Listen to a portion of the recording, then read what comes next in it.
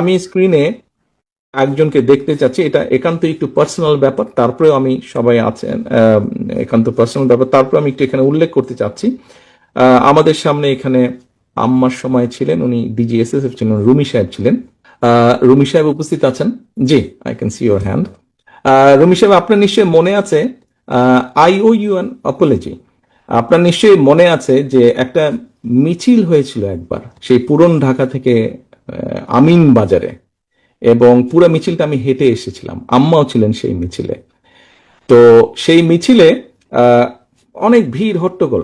আপনি আমাকে একটা কোনো কিছু বলেছিলেন।